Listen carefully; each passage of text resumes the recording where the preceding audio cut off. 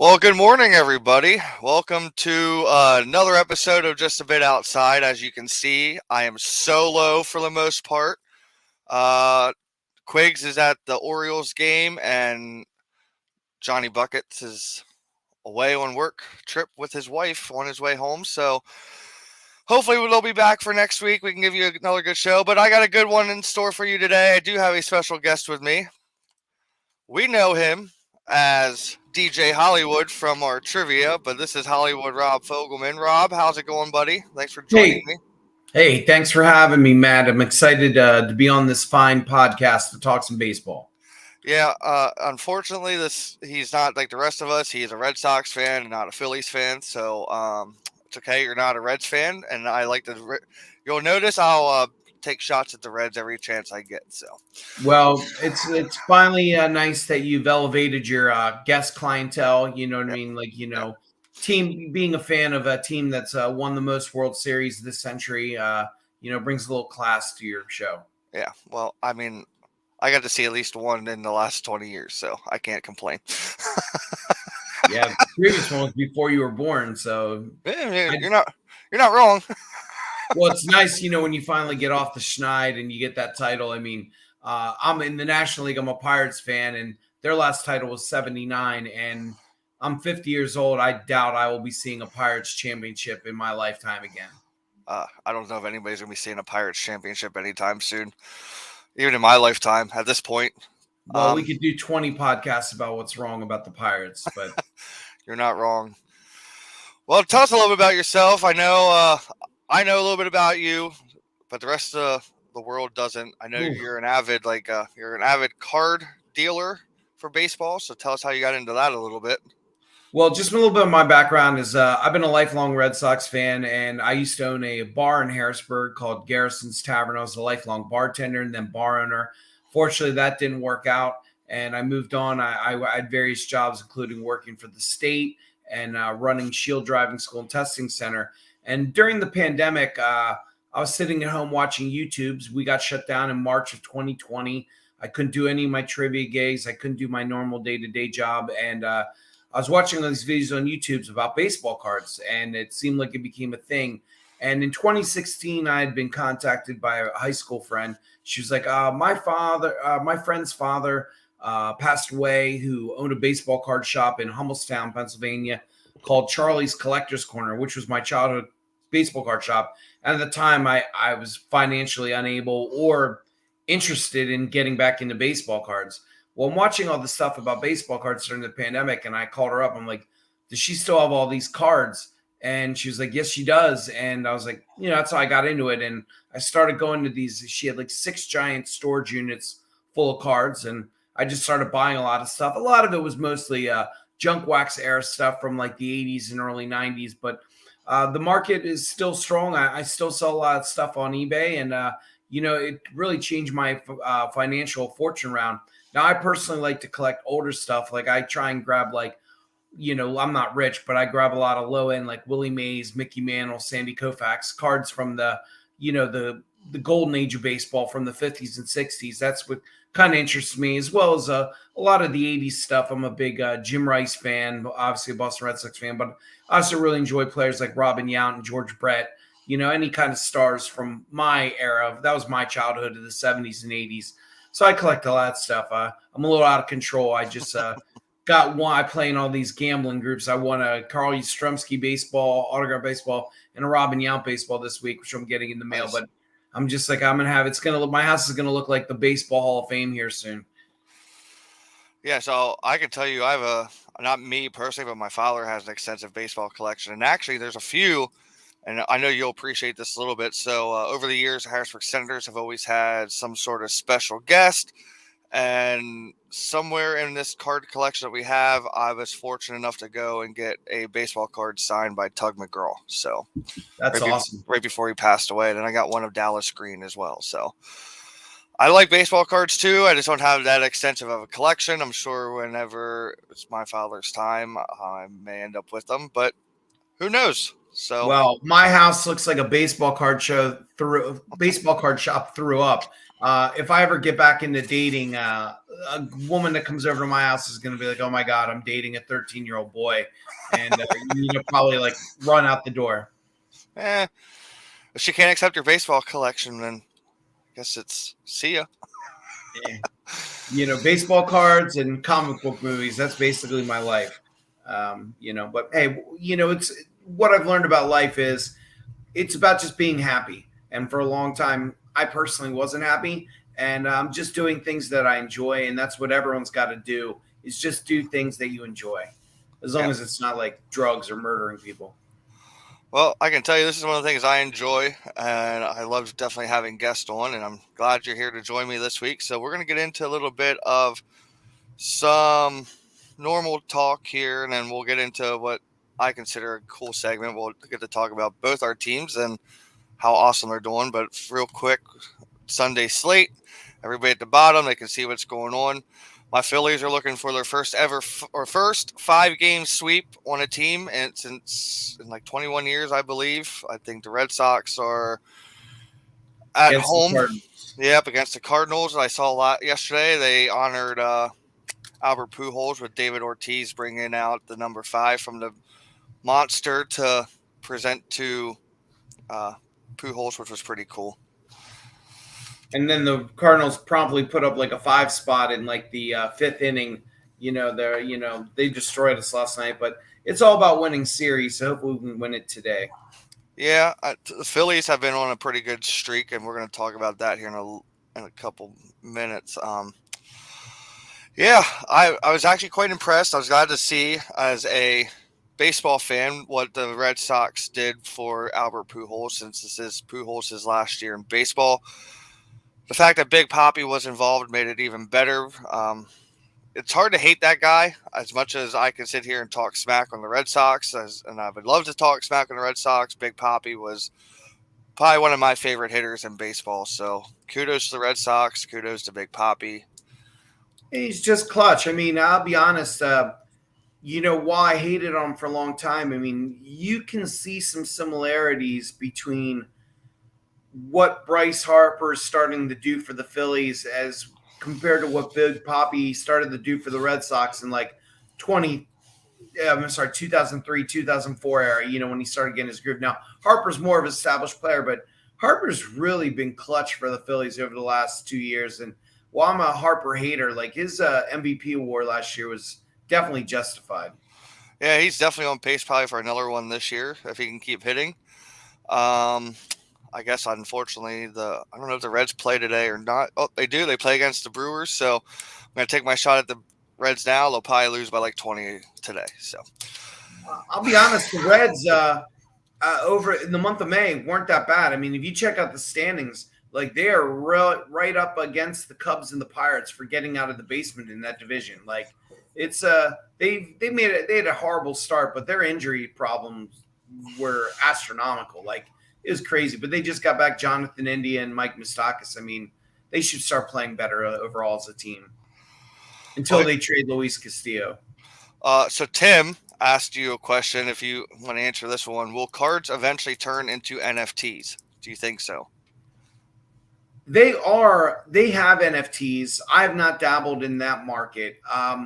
I don't really do anything with NFTs because it's kind of like crypto. I'm still skeptical about what the tangible value of owning things that you can't actually possess. But then I'm old, but I'm sure there are a lot of like 21-year-olds, 15-year-olds who are all about it. I just don't understand the appeal of it, but there are definitely some that are valuable out there. Dan Stevens, who's one of the owners of the BWSPORTS, he says Big Papi is this generation's Big Hurt. Absolutely. And he also says correct to you about what you just said. So Dan's a good guy. He's a Reds fan though, so he's okay. Hang in there, Dan. Hang in there. Better days are ahead of you. When you trade Luis Castillo, you're going to get a bundle of prospects, to just keep. You just got to turn over your farm system. I mean, Cincinnati playing in not a large market. They went for it last year, bringing in, they had Castellanos and other guys. Unfortunately, you had to trade them, because you can't sustain that large payroll for very long. At least you tried, whereas the Pirates haven't tried in 25, 30 years. Yeah, team that has all that money and they still don't want to spend it. So every time they get a superstar, they let the players go. So it's a shame. It's a shame. One of the best 5 ballparks in baseball, but they can't fill it because the owner refuses to spend money. Whether they just change his hands all the time. I was real hopeful with Ben Cherington becoming the GM. I mean, he got the Red Sox their World Series title in 2013. He's the guy responsible for drafting Xander Bogaerts and Mookie Betts. You know what I mean? So, I have a lot of faith in Cherington. He kind of got a raw deal at the end of his Red Sox tenure. Yeah, well, like you said, when the owner doesn't want to spend money, then there's nothing else you can really do. I was there with the Phillies there for a while. I didn't know if they would spend money, and then this offseason they go out and spend over $200 million on their bats and still have a bullpen problem. So if you're willing to spend the money, you're willing to spend it. I feel sorry for the Pirates fans. I wish they would do. They deserve better than what they get. So they definitely deserve better. All right, we'll get into it. The Phillies are absolutely on fire right now in the month of June. The Red Sox building themselves out from the bottom of the basement. Two teams at one point below 500. Phillies get rid of Joe Girardi. I called it weeks ago or towards one of the earlier shows. I said Girardi wouldn't even make it to the All-Star break. They got rid of him. They're now 15-2 in the month of June and 5 games over 500. The Red Sox now are 4 games over 500, slowly clawing their way out of the bottom of the league. So pretty impressive for both teams right now. I'm not going to lie. Both are playing some really good baseball other than the Red Sox last night against the Cardinals. Yeah, I mean, both teams, I say this all the time, are mirror images of each other. Like, you could literally dissect them and the way they started, the way they've been playing lately. Both offense heavily driven team with a couple of good starting pitchers and terrible bullpens. The Phillies now, I guess, are turning to Sir Anthony Dominguez, to take over the closer's role. I mean, it's just a rotating door. I wish the Red Sox bullpen was even as good as the Phillies bullpen because it's a mess. I literally, Matt, I'm thinking about sending you up to Boston to pitch relief because it's just I don't know if you can curse on the show, but it's a crap show. It's a shit show. I mean, I'm aging, before my years, just so terrible. But if you look at both teams from the records to the way their lineups are constructed, very similar teams. I hope that both teams are able to pull it off. I'd love to see a Phillies Red Sox World Series someday. Yeah, that'd be great. So just for the record, for how bad both teams' bullpens really are, Red Sox sit 7th in team ERA at 3.64. The Phillies sit 12th at 3.82. The number one team right now is the Yankees at 2.74. So, I mean, it's been like over a decade. The Yankees just keep finding guys. I mean, they lose Aroldis Chapman. Oh, no worries. We're going to bring in Clay Holmes and what does he have? Like a 0.36 ERA. Like, I mean, The guy's unbelievable. And it's not just luck because you see what his whip is, which is walks plus hits divided by innings pitched. I mean, it's also microscopic. I mean, the guy's like unbelievable. They just always find those guys, and then when they leave, they go to other teams and they fall apart. But there's something in the water, the Yankees with their bullpen. It's just unbelievable. And even their starting pitching right now is really good. You figure back-to-back starts, I think it was like 2 weeks ago, they had 2 perfect games going into the 7th inning or farther, which is unreal. Jamison Talion and Garrett Cole both with quality starts in those games. So their starting pitching is great. And like you said, the Red Sox and Phillies are legit mirror teams. Well, not to go back to touch base on what we were just talking about. You mean the Pirates starting rotation is really good?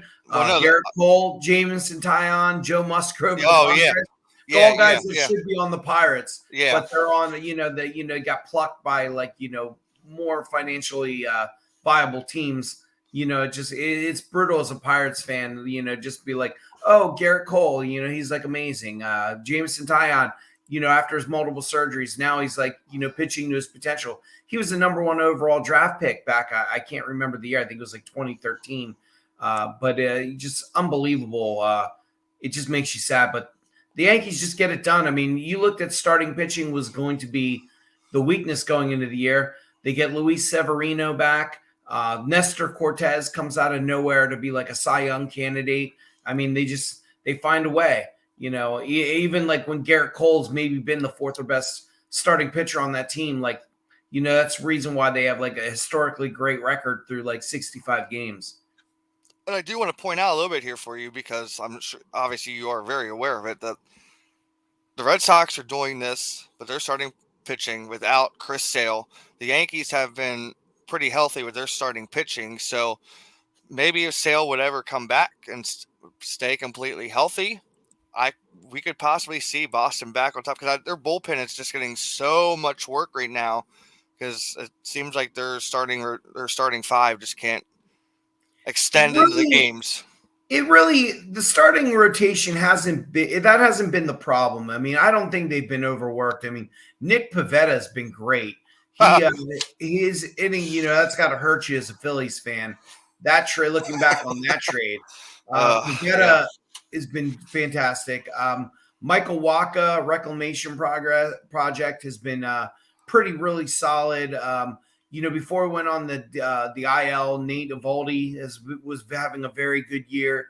I think the Red Sox lead the majors in complete games by like a pretty good margin. And it's just, there are some games when a Rich Hill pitches where he goes 4 or 5 innings, and Garrett Whitlock has been kind of a disappointing as a starter. I was against moving him into the rotation, but unfortunately Shane Bloom and Alex Cora didn't ask me. But, he's been mediocre as a starter, but he was lights out as a reliever last year. And just because he was able to go like 2, maybe 3 innings sometimes, like they thought, oh, let's make him a starter. And it really hasn't worked out. I mean, it's same with Tanner Houck for us. He's moved into our closer role after a failed shot as a starter. I'm hoping that he can shore up the back end, but I think Whitlock needs to go back into the bullpen, but they probably won't do it. But I'm not counting on Sale. Coming off Tommy John surgery, it's hard to rely on anyone that heavily. And, he's only a year removed and he's had some other issues. I'd like to see them put Sale back in the bullpen the way he started his career. But, again, no one consults me. Well, I can tell you that you're going to be getting it. You guys traded for James Norwood from the Phillies. 20 games played and 8.31 ERA, so that's really not going to shore up your bullpen any. When did that happen? Yesterday. Oh, well, yeah, you guys, didn't you DFA him? Yeah, we DFA'd him technically, but they ended up trading him for cash to the Red Sox, and it's what happens is we probably claimed him on waivers, and and then we had to give you guys something. So, I hope we got some cheesesteaks in the deal too. I'm sure that could be made possible. So anyways, yeah, I agree with you though. Both teams mirror. It would be great to see them in the World Series. I don't know. Right now, the way both New York teams are playing, I don't want to see either one of them in the World Series, but they're really, really good right now. They're probably the 2 best teams in baseball. And then you can't really count out the Astros. They've been playing really well this year too. Braves, red hot. Yeah, well, their winning streak just got knocked out by the Cubs on a 1-0 game, so I'm not heartbroken over that at all. No, but if the Braves ever get fully healthy, I mean, they just lost Ozzie Albies for a long time. That's a big blow. But yeah, if they ever get healthy, they're going to be tough. I mean, I don't know what it is. I really feel like there's a lot of really good teams this year in baseball. Like, I'm really excited for the playoffs, especially with the new formats. I mean, I think it'll be October baseball is going to be really good. I mean, the Red Sox, as good as they've been to dig themselves out of the hole. I mean, the Guardians have been like lightning red hot. They just were out in LA, and I think they took like 3 out of 4 from the Dodgers. Yeah, they did. They're crushing it. I mean, a lot of good teams, but I mean, at the end of the day, I mean, the Yankees. Yeah, how about the Cardinals bullpen? Ryan Helsley. Coming out of nowhere, like Gallegos was not pitching very well. A lot of guys failed, and they get Ryan Helsley. He comes in and throws like 103 miles per hour every pitch. He's been really, really good. Yeah, and then Sean also said about understand as a Reds fan trading huge prospects. Yeah, I mean it seems like that whole division though, like the Pirates and the Reds and stuff. Anytime they get good prospects in there, they trade them away to better teams, and it's not really doing them any good. So It just, everyone's trying to replicate the Astros Cubs models of like 7, 8 years ago, where you bottom out and you're trying to get like the best prospects and draft picks to try and build your team. I don't know if that's really viable long term in baseball. I think the new model is you got to be like the Guardians and try and just be good enough to get in the playoffs and just see what happens. or Anything can happen in short series. or just be good enough to be able to change your team name to the Guardians. Yeah, well, I mean, that's a whole nother subject. But Yeah. with the Phillies, I think it varies. It's a little bit different than the Red Sox's. Tell me if you're a team and you have to come into meet the Phillies in the playoffs, and not only you have to go against that offense, but you have to face Zach Wheeler and Aaron Nola in first two games of a short series. That's pretty scary. You know It what I is. mean? Like anything can happen with the Phillies. I don't think the Red Sox have that top of the line starting pitching like the Phillies do. I think that's what differentiates. Evaldi and Wheeler are good, but I don't think they're as dominant as like Nola and Wheeler. I mean, I would agree with you in that aspect, but in a long-term series, I think the Phillies would struggle just because of the fact of like, okay, so you get to Kyle Gibson at number 3, and Gibson's not a bad pitcher. He's been pitching pretty decent this year, and they're 4-5. It's kind of like, who do you go with? Ranger Suarez was a bullpen guy last year, or started out in the bullpen, turned into a starter, showing struggles, and then Eflin has been hit or miss with Kyle Gibson as well. So the problem that they're going to run into in a short series is how much work will the bullpen get, because at the time of Girardi being there, Girardi would not let anybody in the bullpen pitch more than 3 days in a row. So they don't have a lot of use in the regular season so far. And I don't know how much useful they're going to be in a short series, but I hope I don't have to worry about that. I hope that they can get themselves solidly in, and they can depend on Harper and Castellanos and Schwarber, and right now Rhys Hoskins, who's absolutely on fire for the Phillies offense. I mean, that man has pretty much hit everything that he possibly can in the month of June. Home runs, triples, doubles, singles, everything but I think the Liberty Bell in the outfield he's hit. So I would hate to face that offense if they were hot, but if it comes to pitching, I don't know if their pitching is really that much of a threat in a short series. Well, I disagree. I mean, I think if you go on the road, because you obviously be if you don't change position in the standings. I mean, Zach Wheeler can go out there, Nola can go out there, and if they're on their game, they can steal games on the road. And that sets you up for like, hey, games 3 and 4, when you have to pitch Gibson and Suarez, I think that makes the difference. I think that one of the bigger problems, the Phillies lineup's unbelievable. But what are you guys going to do about the corpse formerly known as Didi Gregorius? Because I mean, I love Didi Gregorius. I mean, he's always been one of my favorite players, even as a Red Sox fan, but he's been abysmal.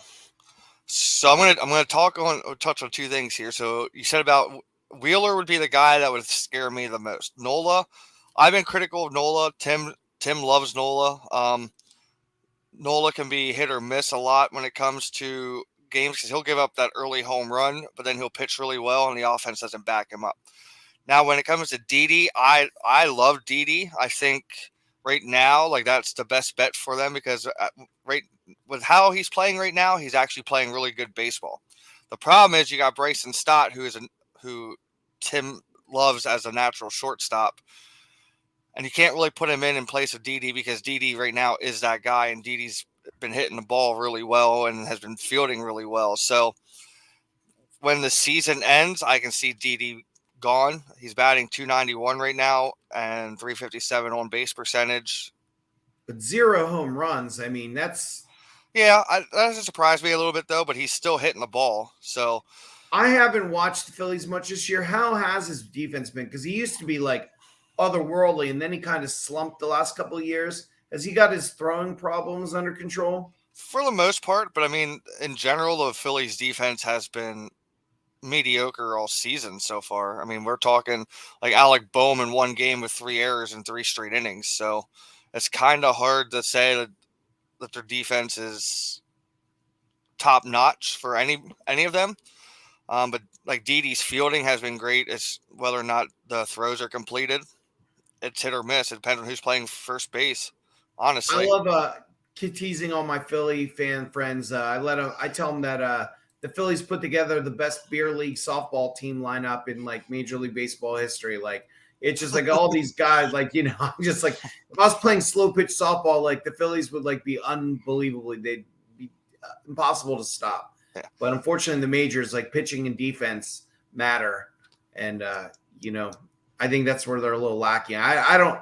You guys have Dave Dombrowski. I've suffered through him as a Red Sox fan. I mean, to give you an idea of like how his ways and how he rubs people the wrong ways and does things that are a little unconventional. Like the Red Sox won the World Series in 2018 with him as the GM and promptly fired him like a couple weeks later after the season, after he won him a World Series. And then the first thing he did to come to Philadelphia was he made all these crazy trades and took on signed people for crazy salaries. And, it just, I hope that he doesn't trade away like a Bryson Stott or an Alec Bohm. I mean, like, I think that those guys are like pivotal to the Phillies' future. But, the Phillies and the Red Sox aren't really the best when it comes to like developing prospects and keeping them long term. Like they get lucky once in a while with a Reese Hoskins or a Rafael Devers. Sorry, I'm really itchy today. I don't know what it is. But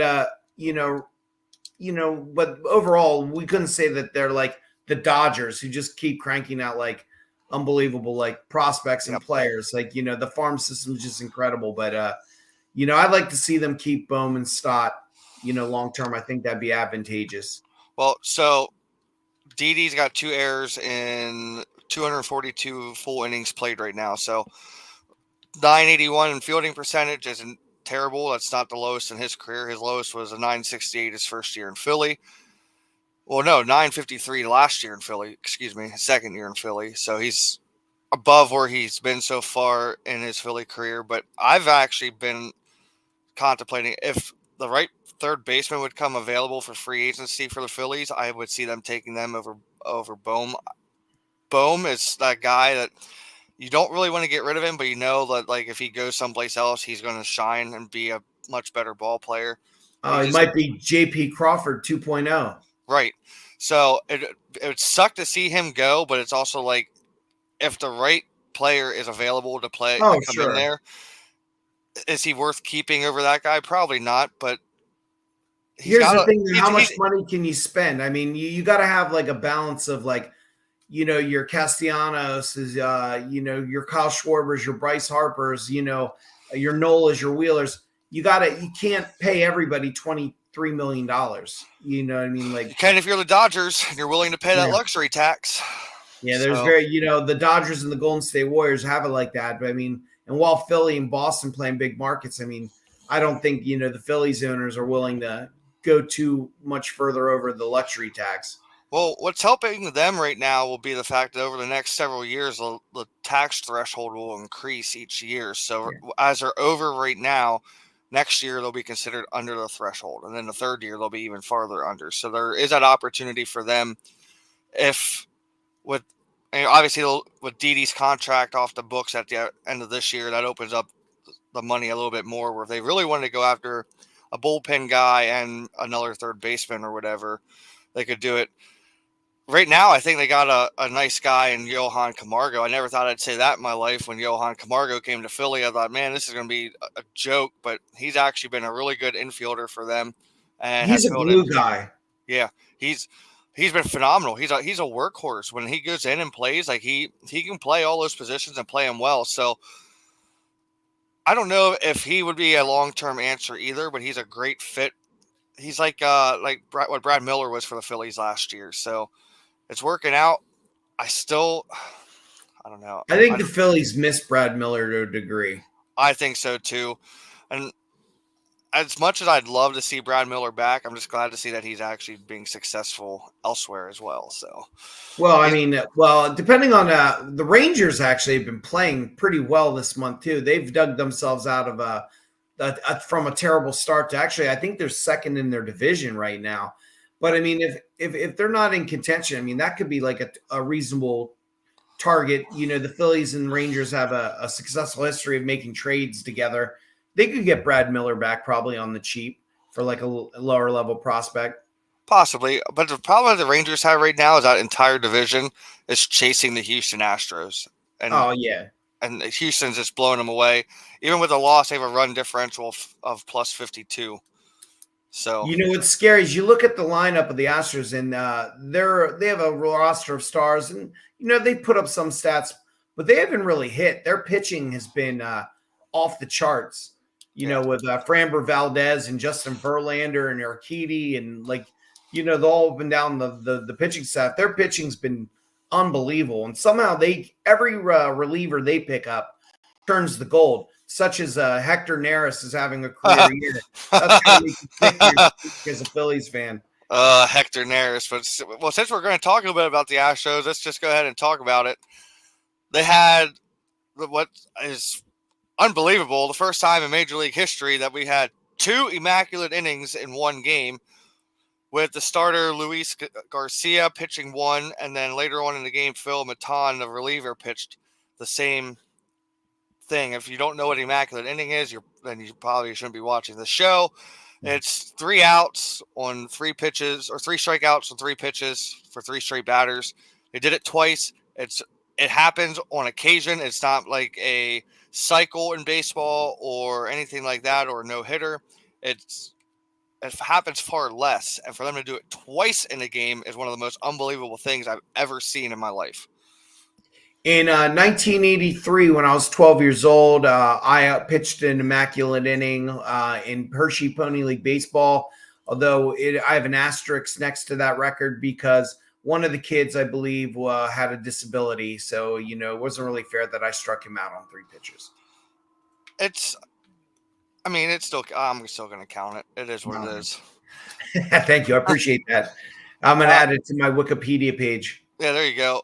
In total, in baseball history, this is dating all the way back to the 1880s. There have been 108 immaculate innings in the history of baseball. And I'm not really sure because, like I said, I'm still a little sleepy. I haven't had enough caffeine yet. Did you also mention that it was to the same 3 batters in both innings? Nope, I was getting to that. It was to Nathaniel Lowe, Ezekiel Duran, and Brad Miller, ironically. So, yeah, I mean, those are honestly, well, people aren't probably too familiar with Texas Rangers. I mean, those are solid batters. I mean, Nate Lowe is a solid first baseman, and Duran, since he's been called up, has been a pretty good rookie, revelation playing third base for the Rangers. And of course, we're just started the Brad Miller fan club here on your podcast. Maybe that could be a segment. What's Brad Miller doing? Yeah, that'd be great. I mean, this was technically the second game that we've had an immaculate inning this year. The other one was the Yankees and Orioles, April 17th, with Nestor Cortez. He got Robinson. I actually saw that live. Yeah. I mean, I was watching it live on TV when that happened. Chirianos, Owings, and Gutierrez. And then last year there was like 5, with the last one being the Dodgers and the Padres. And that lineup, it was Max Scherzer getting Tatis, Hosmer, and Tommy Pham. So, well, let me ask you a question. Over the last, let's just call it decade, the strikeout rate in Major League Baseball has really gone through the roof. Because it's all seems to come down to this true 3 outcomes of strikeout, walk, and run, is what people are going for. Do you think that we're going to see more immaculate innings? Do you think that is something that's going to be on the rise, become more commonplace? Yeah, because I mean, we're starting to see guys pitch perfect games, and even though they're not finishing them, whether it be just one bad pitch or a bullpen issue or whatever, just high pitch counts and bullpen comes in to try and finish it.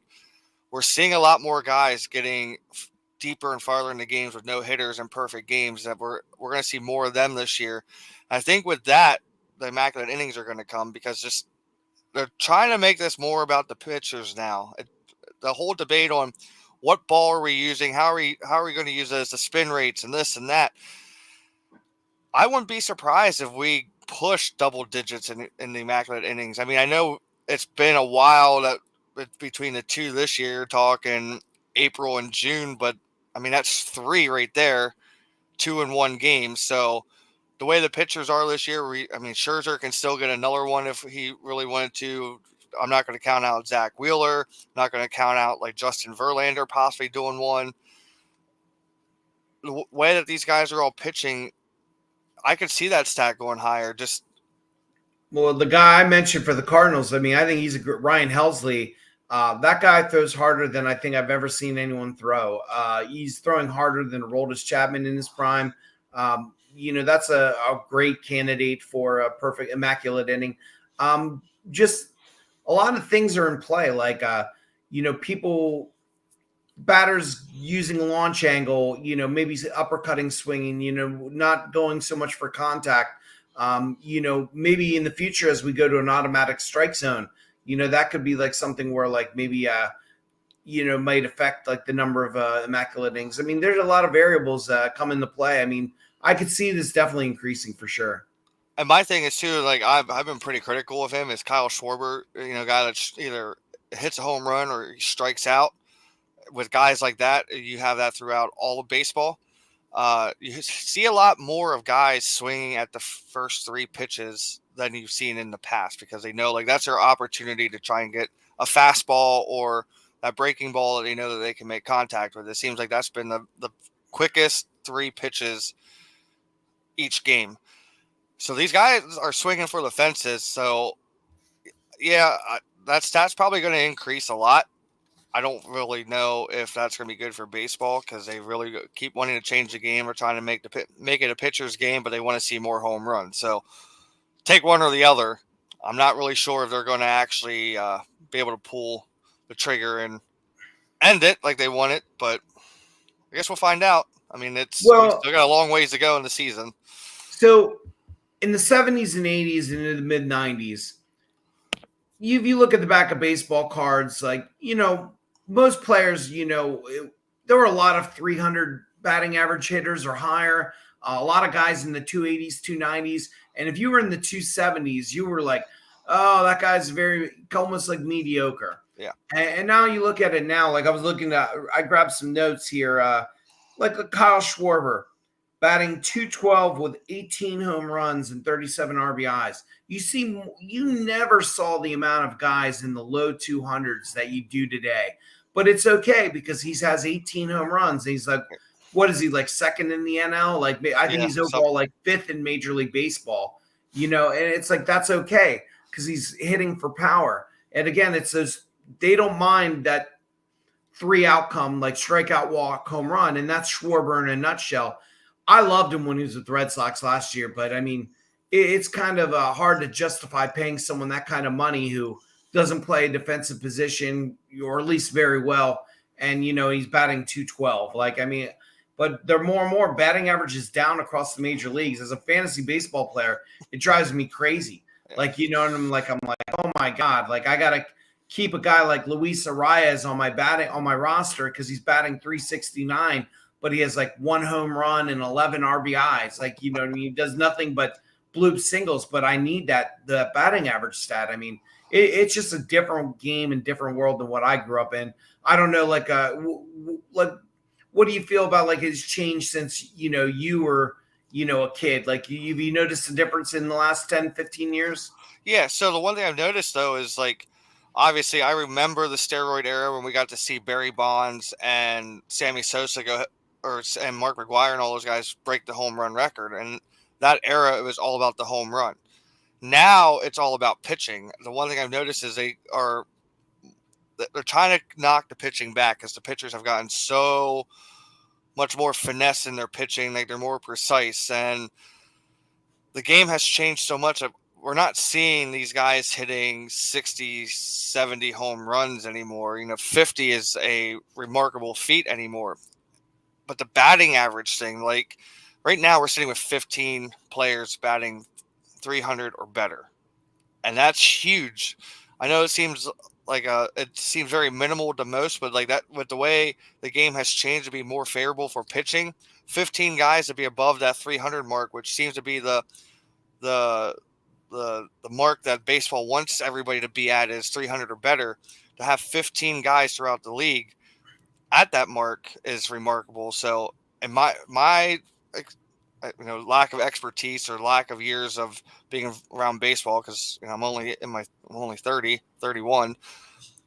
The game has changed from being a home run game back in the late 90s, early 2000s to now that's make it all about pitching, but we want to bring the home runs back. So I think we're definitely at the beginning of a semi-transition. A semi-transition is everything was power, like hard throwing. You wanted bullpens. Everything was about bringing in multiple relievers who all throw hard. And then with batting, it was all guys who were like sluggers hitting the home run. You starting to see the value of a Luis Arias or Jeff McNeil, those guys who are maybe not, they're just contact hitters. And there you see their teams are in first place, like teams that have that player, who can get on base and have a good batting average. What's fortunate about the Red Sox is even though, Rafael Devers is batting well over 300, hitting for power, but JD Martinez and Xander Bogaerts, both having great years, driving in runs, but they don't have very many home runs, but they're both hitting in the high 300s. They're just making contact. But the other thing too about pitching, and I don't mean to ramble, is a great thing I heard the other day is, so Michael Wacha is having a lot of success for the Red Sox. Yep.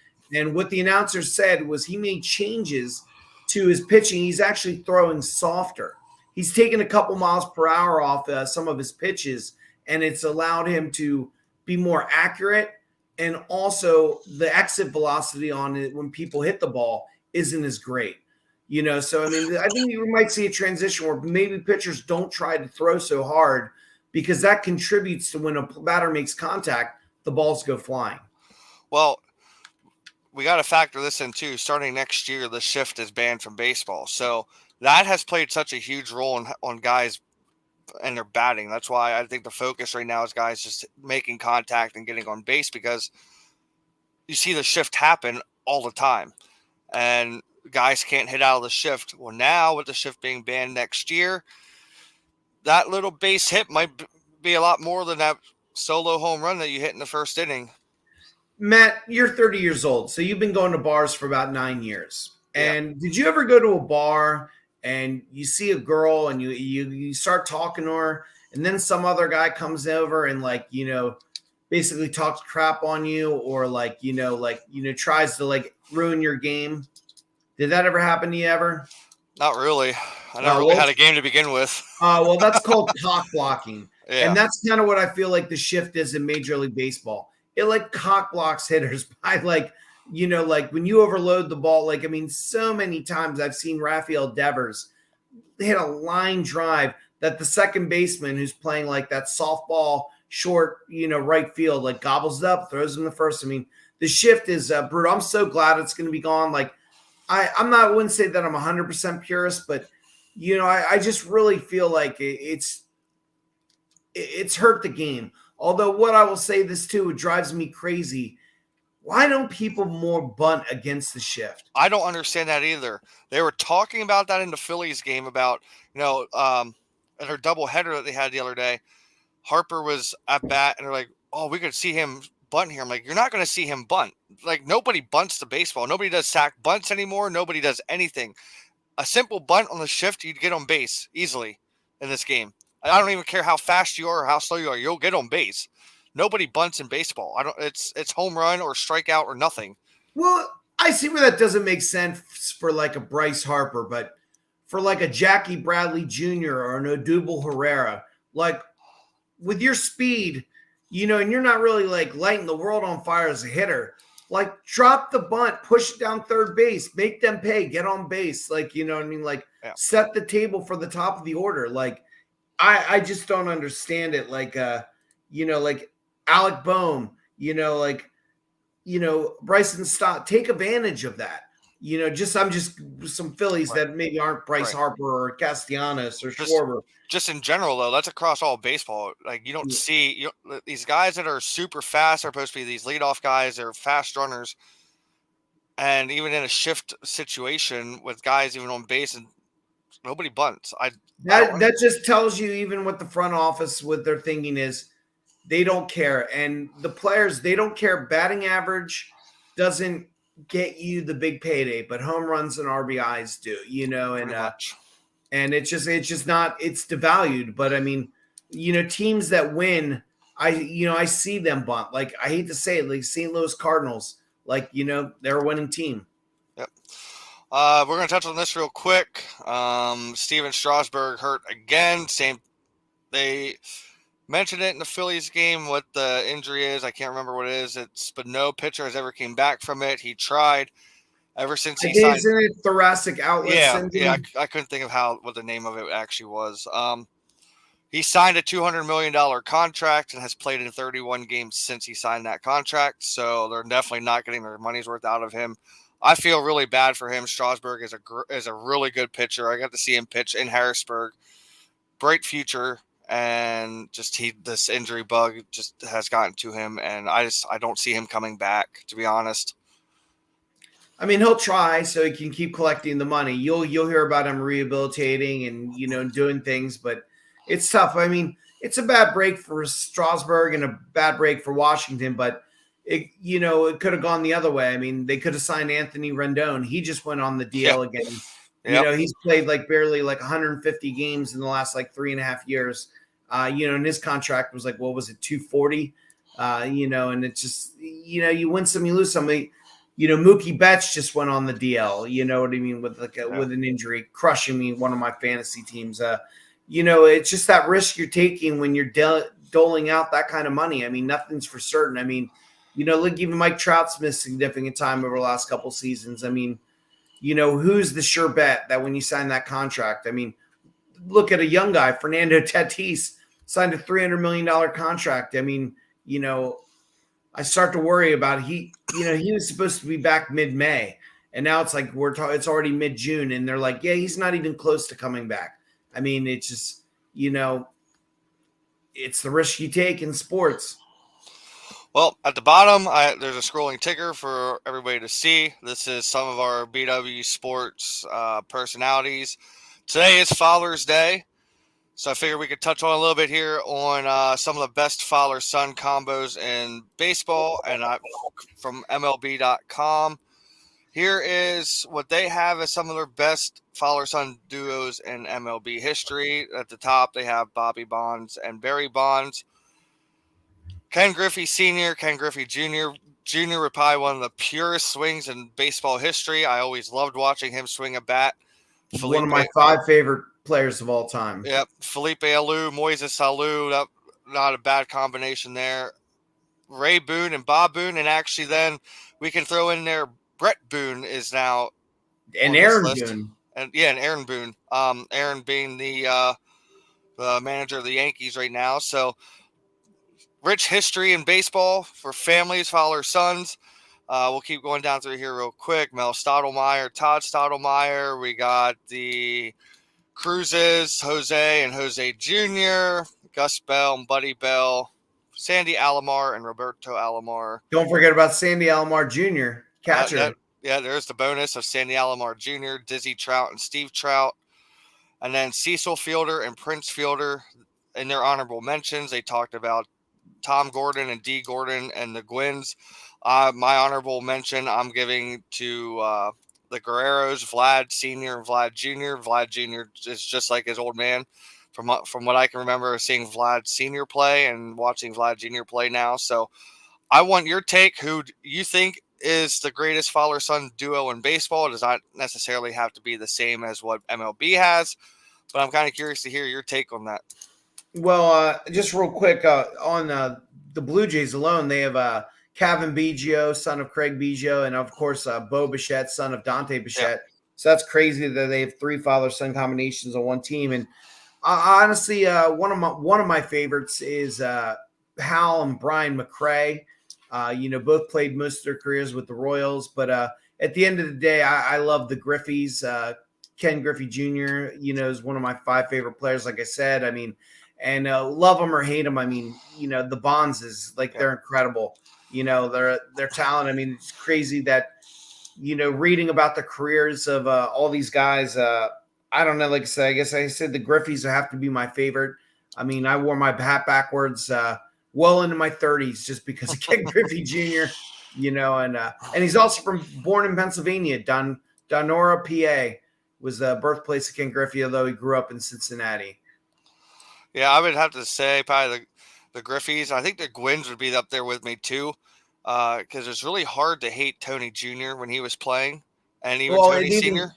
Yeah, I mean, Tony, the Gwynn family. I mean, even though it wasn't the son. I mean, they had Chris Gwynn, Tony's brother. I mean, that's just crazy. Like all that talent in one family, hitting a baseball. But yeah, I would love to see one of these like third generation sons make it. Unfortunately, Ken Griffey Jr.'s son Trey didn't make it in sports, and I think he had another son that played baseball, but didn't quite make it either. But sorry, I'm rambling again. You're good.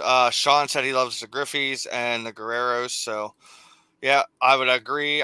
But to me, the Gwynns, the Griffies, and even the Bonds, I mean, even despite everything that Barry went through, he was still going to be a Hall of Famer in my book without the steroids, and then the steroids. I forgot to say is I was a huge Roberto Alomar fan, and I grew up in like playing a game called Stratomatic Baseball, and my first experience was playing Sandy Alomar Jr.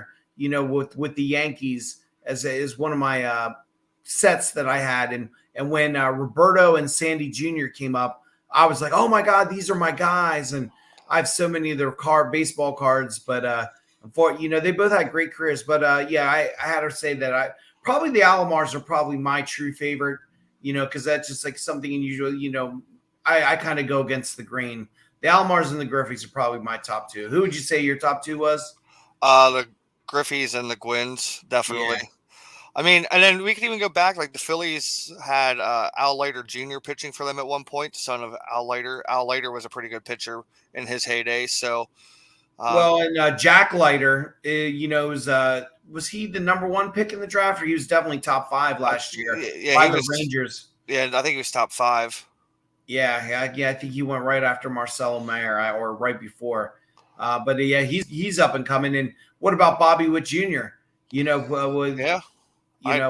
dad was a pretty solid pitcher. Had a serviceable major league career. Did he play for the Phillies too, or was that his brother, Mike Witt? I forget. I think that was his brother. You put me on the spot. I can't remember. I think Mike's his dad. Well, it's obviously got to be Bobby Witt because it's Bobby Witt Jr. I'm sorry, I'm a dummy. Well, I'm saying when it comes to playing for the Phillies, I think Mike played for the Phillies. Yeah, I think Mike played for the Phillies, but like I said, that's incredible. But when you have the resources, once you're a major league player, you can get your kid around the game and get them extra training, and plus what to do. But I mean, there's just looking through like a list of second generation players. I was looking at some of the guys that are in the Hall of Fame that have sons that played, or sons are potential Hall of Famers, and they didn't make it. It's just unreal. Just looking at some of the list of names.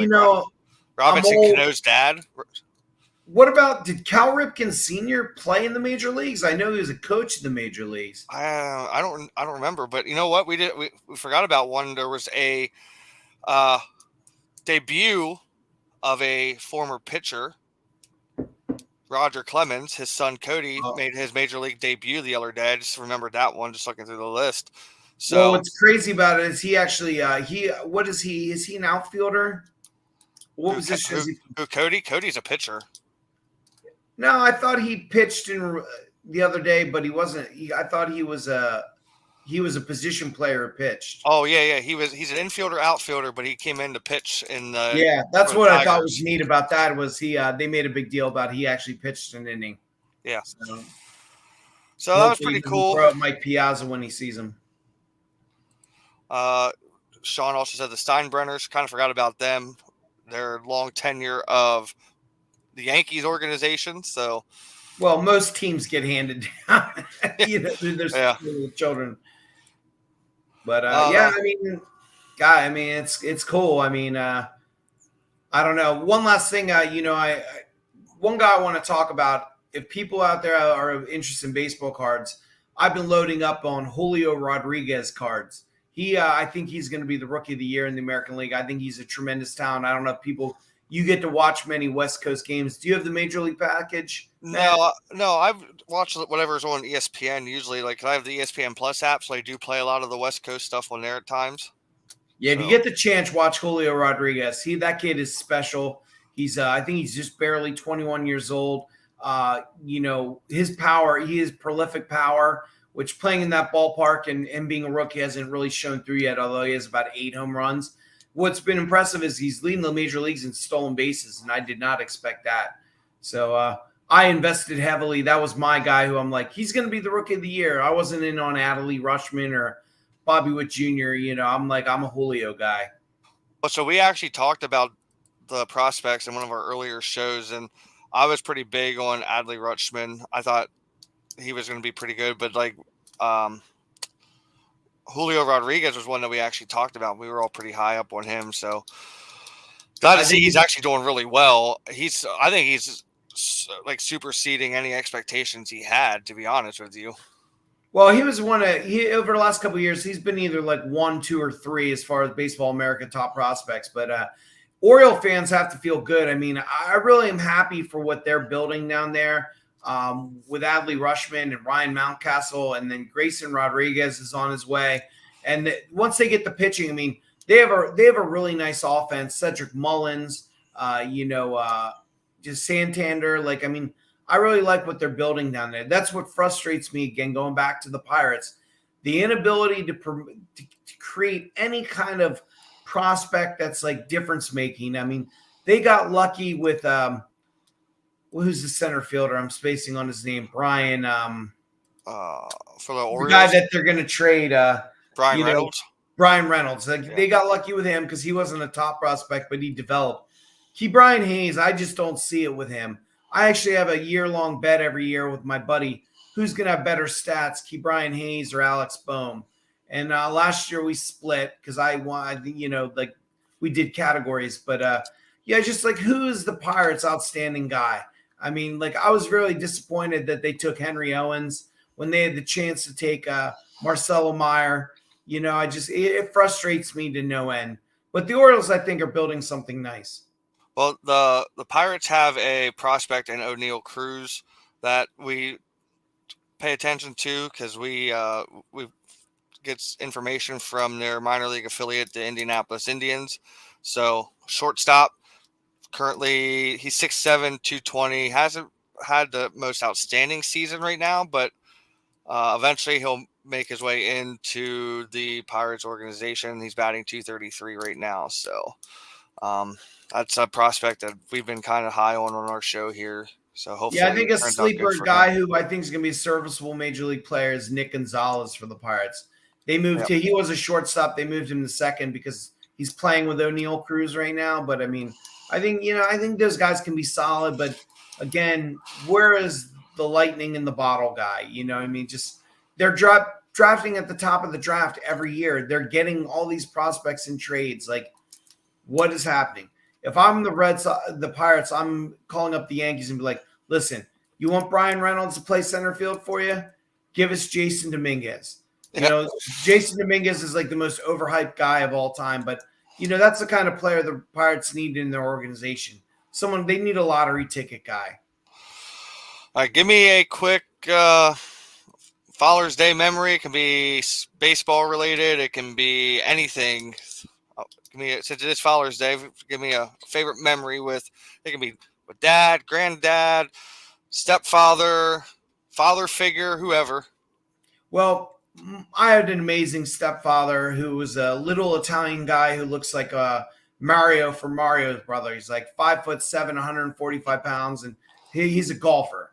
And so growing up, I had known we didn't really play a lot of catch, and he didn't really help me with my baseball career, and I played a lot of baseball.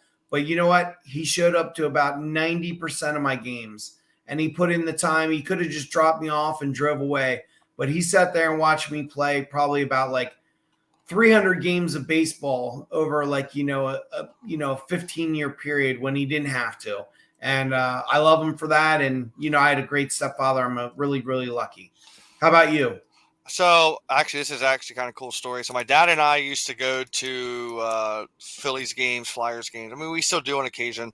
One of the coolest things I ever got him to do with me was a double header. So the Flyers and Phillies were both playing in Philly on the same day. So the one was playing at like 1 o'clock, the other one would play at 7. So him and I went out to Philly for the Phillies played at 1.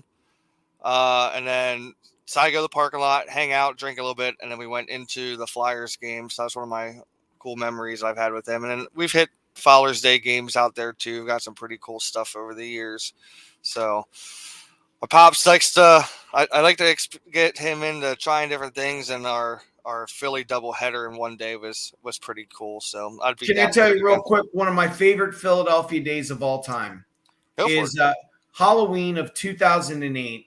The Phillies are playing the Yankees in the World Series. And I went to a Pearl Jam concert, the last show ever at the Spectrum. And what was great about that show is we went down, it was the madness of Philadelphia. Packed concert for Pearl Jam. The Phillies are playing the Yankees across the street. Earlier in that day, the Flyers played the New York Rangers. And then the next day, the Eagles played the New York Giants. So it was like Philadelphia against New York, complete madness, Pearl Jam concert on Halloween. And just overall, like, I think it was one of the most nuttiest weekends of my life. And it was just, Philadelphia, even though I'm only a Sixers and a Flyers fan and I hate the Eagles and the Phillies, I'm like, I'm lukewarm. I'm indifferent. Philadelphia's a great city, not just for the cheesesteaks. Their sports fans are top notch. Yeah. So before I let you go here, I want a quick prediction from you. Who do you think will be in the World Series come October? Well, I guess November, whenever they actually end. I hate to say it, but my gut feeling, it feels like Yankees Dodgers. And I know that's the easy way out. I think the Yankees looking at their team and knowing that they're probably going to go all in because this may be their last year with Aaron Judge. They're only a couple of pieces away. I mean, they're playing terrific now, but I see them getting a center fielder and maybe one more, a couple of pitching additions. They're going to be tough to beat. Whereas the Dodgers, when they get everybody healthy and they get everybody hitting, and they have one of the best records in baseball. And they've done it without Clayton Kershaw. All that money they wasted on Trevor Bauer and Walker Buehler just went down. I just feel like with their assets and their willingness to spend money, they'll get what they need. I mean, that lineup is like murderer's row with Turner, Betts, and Freddie Freeman at the top of the lineup. I mean, what team has a better 1, 2, 3? So I know that's the easy way. I'd love to say that it's Red Sox, Phillies all the way, but I'm not feeling it this year. I don't remember who I picked for the National League, but I know I took the Astros in the American League. We did a prediction show on one of the very first shows.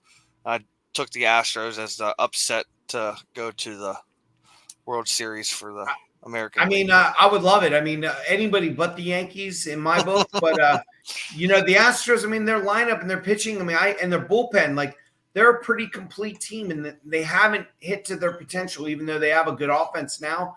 When Alex Bregman and Kyle Tucker and everybody get on track, and the guy who won the batting title last year, the first baseman, I'm spacing on his name right now, Gurriel, he's having an abysmal year. Imagine if he starts hitting again. Imagine if, who's their DH guy used to play with Cleveland Indians, the outfielder, Michael Brantley. When he starts hitting for power, they're going to be tough to beat. So, yeah, your pick's solid. Who'd you say you picked in the National League? I don't remember. I think I took the Dodgers, but I don't have my notes in front of me from that show. But I think I took Dodgers, Astros. As much as I don't want to see the Dodgers in, but the Astros are they're that team that you want to beat, but you don't want to face them right now. So, I think there are a lot of solid teams in both leagues. If you told me that it was the Astros Cardinals in the World Series, it wouldn't surprise me one bit. I just know who's not going to be in it. The Reds or the Pirates. Well, yeah. Probably for the rest of my lifetime. Probably. Well, Rob, thank you for joining me this morning. I know it's probably a little bit of a rough morning for you. I know it was a rough morning for me, so I appreciate What, you. this isn't a 3-hour podcast? I thought this was like Joe Rogan Experience. I thought we were going to go for 2 more hours. No, we could, but that would be we could sit here and talk hours and hours about baseball, but we got to go enjoy our Fowler's Day a little bit. I cooking for my dad today, so I need to make sure he's fed. I'm going to sit by the phone and wait for all those unclaimed babies that I might have made in my 20s and 30s to finally contact me and finally wish me a happy Father's Day.